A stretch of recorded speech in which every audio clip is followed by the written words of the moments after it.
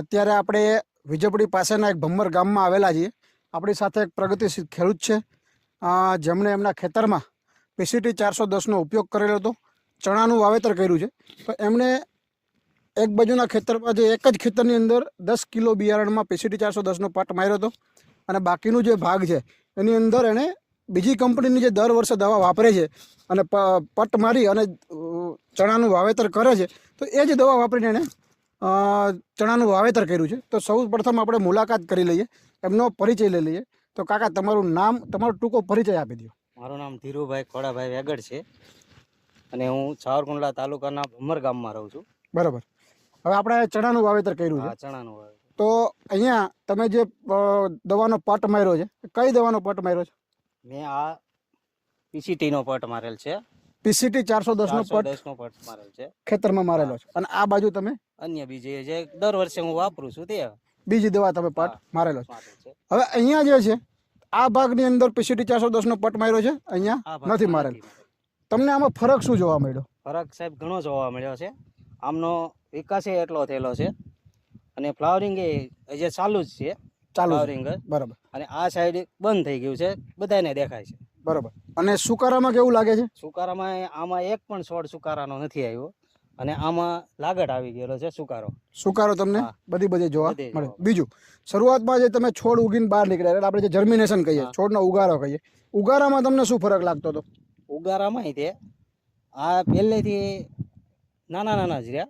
બરાબર. અને આનો વિકાસ જલ્દી થયો. ઓકે, મતલબ તમારે જે શરૂઆતથી વાવેતર કર્યું તો PCT થી પટ માર્યો હતો, એમાં ઉગારામાં તમને સારામાં સારું રહ્યું, બધું બિયારણ ઉગી ગયું. જ્યારે અહીંયા તમને ખાલા જોવા મળે છે. એટલે તમે જો અહીંયા જોશો તો તમે આ બાજુ તમે બતાવો, તો આ બાજુ તમને લીલોછમ પાક જોવા મળે છે.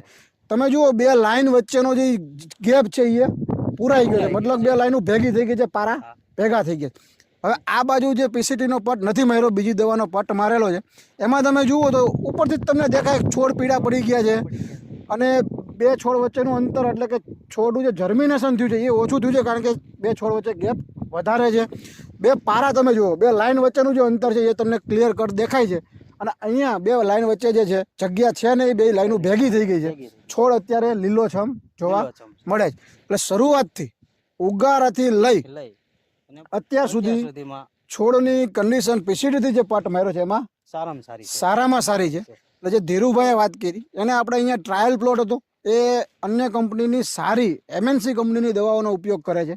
એની સામે PCT 410નો પટ મારેલો છે. આપણે ડેમો ટ્રાયલ પ્લોટ બનાવેલો હતો, પણ એ ખુશ છે તમે. અને એમને પણ આપણા જે ડિસ્ટ્રીબ્યુટર છે વિજયપુરીવાળા મોહનભાઈને પણ એક સલાહ આપી હતી. કાકા, તમે મોહનભાઈને શું કીધું હતું? મોહનભાઈને કીધું હતું PCT નો પટ ખેડૂને કહેજો, તમે વાપરે તો સારું પડશે. મારે મેં વાપર્યો છે ને આ ભાઈ આવે છે વનરાજભાઈ. બરાબર.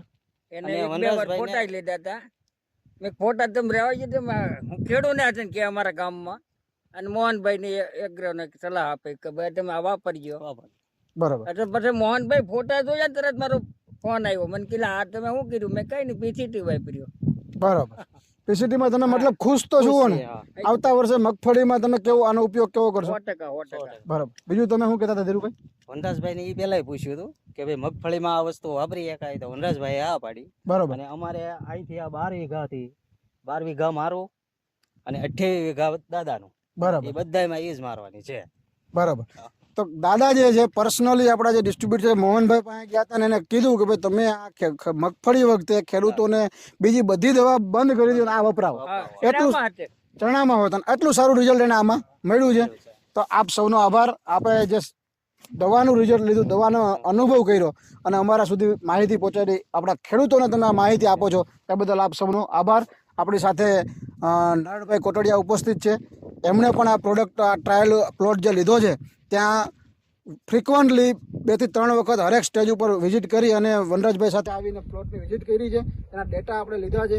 તો આપ સૌ ખેડૂત મિત્રોને એક વિનંતી છે કે જે PCT 410 છે એના જે રિઝલ્ટ છે, શરૂઆતમાં જર્મિનેશનથી લઈને એન્ડ સુધી, એમાંય પણ જે ફૂગ માટે આપણે પ્રોબ્લેમ છે, ફૂગમાં પ્રોડક્ટના રિઝલ્ટ બહુ સારા છે. તો આપ સૌ વાપરો એવી અમારી વિનંતી છે. અસ્તુ. જય.